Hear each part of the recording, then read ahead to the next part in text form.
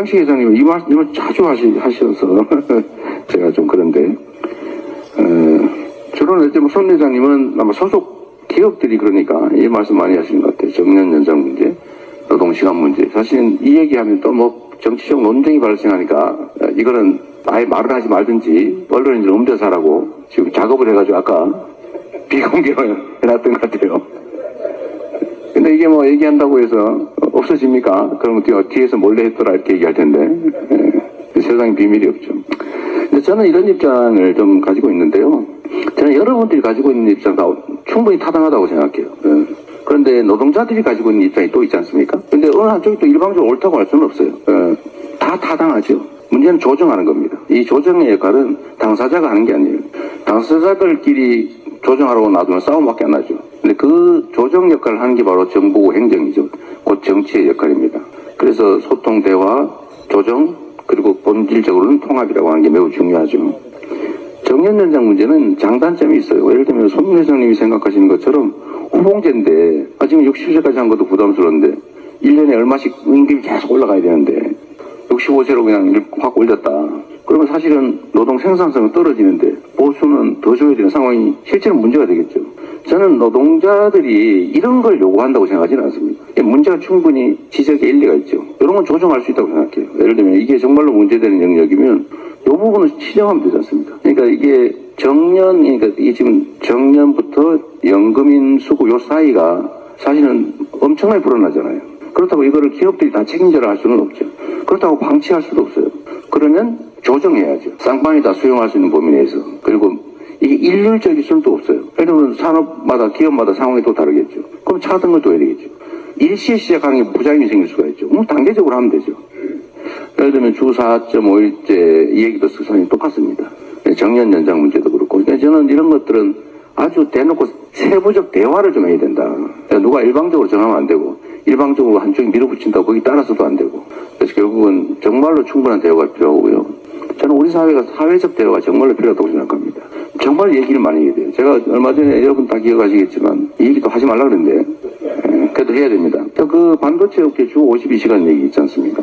제가 양쪽 얘기를 들어봤더니 별로 차이가 없는데 없는 차이를 만들어서 싸우고 있더라고요. 의심하고. 그 나중에 기회가 되면 한번 여러분도 제가 그때 토론했던 내용을 한번 봐주시면 좋을 것 같은데요. 제가 노동자 측에도 아니 이게 아무 상관도 없는데 그냥 형식적으로 해달라는 거를 좀 해주면 안 되겠습니까? 했더니 의심을 해가지고 그거 절대 안 된대요. 딴 데 또 요구할 거다. 그리고 그게 실질적으로 차이가 없더라도 악용될 거다. 이런 걱정하는 거예요. 제가 기업 측에도 제가 그때 SK는 잘 아실 건데 아마 꼭 필요합니까? 기존 제도가 내가 보기에는 새로 만들려는 제도보다 불리합니다. 그건 맞더라고요. 왜냐하면 총 노동 시간을 늘리지도 않고 노동 변형에 따른 시간 변형에 따른 초과수당 뭐 이런 거 다 주면 기존에 있는 제도를 이용하는 게 훨씬 더 유리해요. 최종적으로 나오는 기간의 3개월 단위로 이렇게 유연성을 확보하게 되어 있는 거를 노동부 고시를 바꿔서 6개월로 늘려달라. 그건 노동부가 늘리면 되지 않습니까? 그랬더니 그 욕을 먹기 때문에 그 반도체 특별법에다가 반도체 산업의 특성을 고려할 수 있다. 이런 글자를 하나 넣어달라는 거예요. 52시간 이건 필요 없고. 그건 대통령 권한대행과 노동부가 공식적으로 민주당이 요구한 겁니다. 저 너무 잘하실 겁니다. 그런데 저희가 기존 제도가 훨씬 유리해요. 기존 제도를 쓰면 6개월로 늘리면 됩니다. 지금 3개월로 되는 거. 그럼 우리가 그걸 노동부가 늘리십시오. 노동부가 욕먹기 싫어가지고 국회 보고 입법으로 욕 안 먹는 조항을 하나 더 달라. 이게 말이 되냐.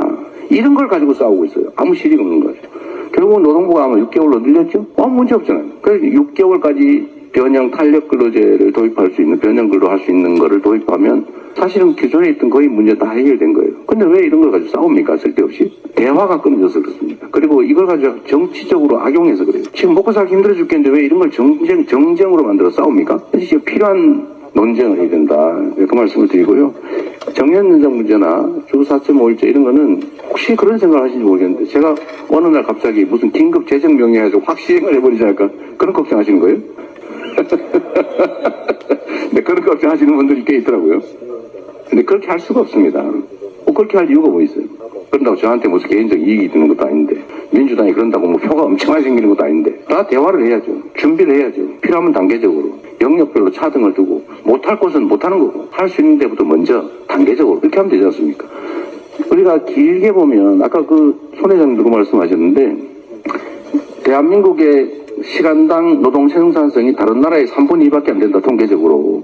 그런데 노동 시간이 늘어나면 그것도 더 떨어지죠. 이론적으로. 줄여야 되는데 그렇다고 무지막지하게 막무가내로 줄이냐? 또 그렇게 할 수는 없지 않습니까?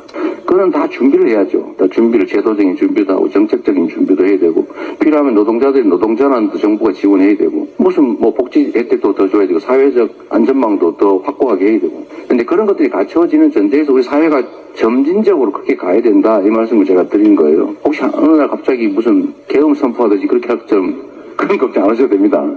근데 그런 오해가 있는 것 같아요. 정년 연장 문제도 충분히 사회적 대화를 하고 하자. 합의되는 단계에 따라서. 계속 이 말씀하셔서 말이 좀 길었습니다. 걱정이 많이 되신 것 같아요. 근데 걱정 안 하셔도 됩니다.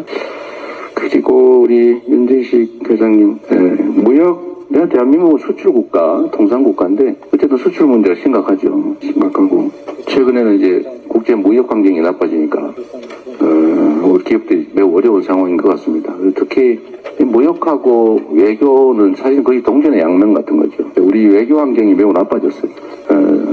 저는 그런 생각을 합니다. 외교 역시도 결국 우리 국민의 더 나은 삶, 우리 대한민국의 이익이 핵심 목표가 되어야 되죠.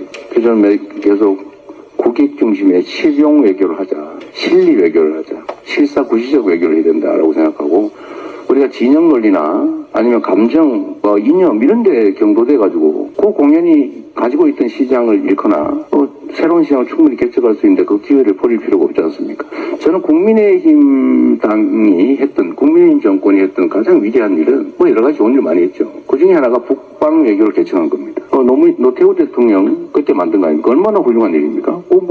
물건 파는데 무슨 공산국가에 물건 파면 어떻습니까? 그 길을 열었잖아요. 러시아, 중국과 외교관계 수립하고 정말 북한, 중국과 러시아라고 하는 엄청난 거대 시장을 열어서 우리 국내 기업들 많이 성장했잖아요.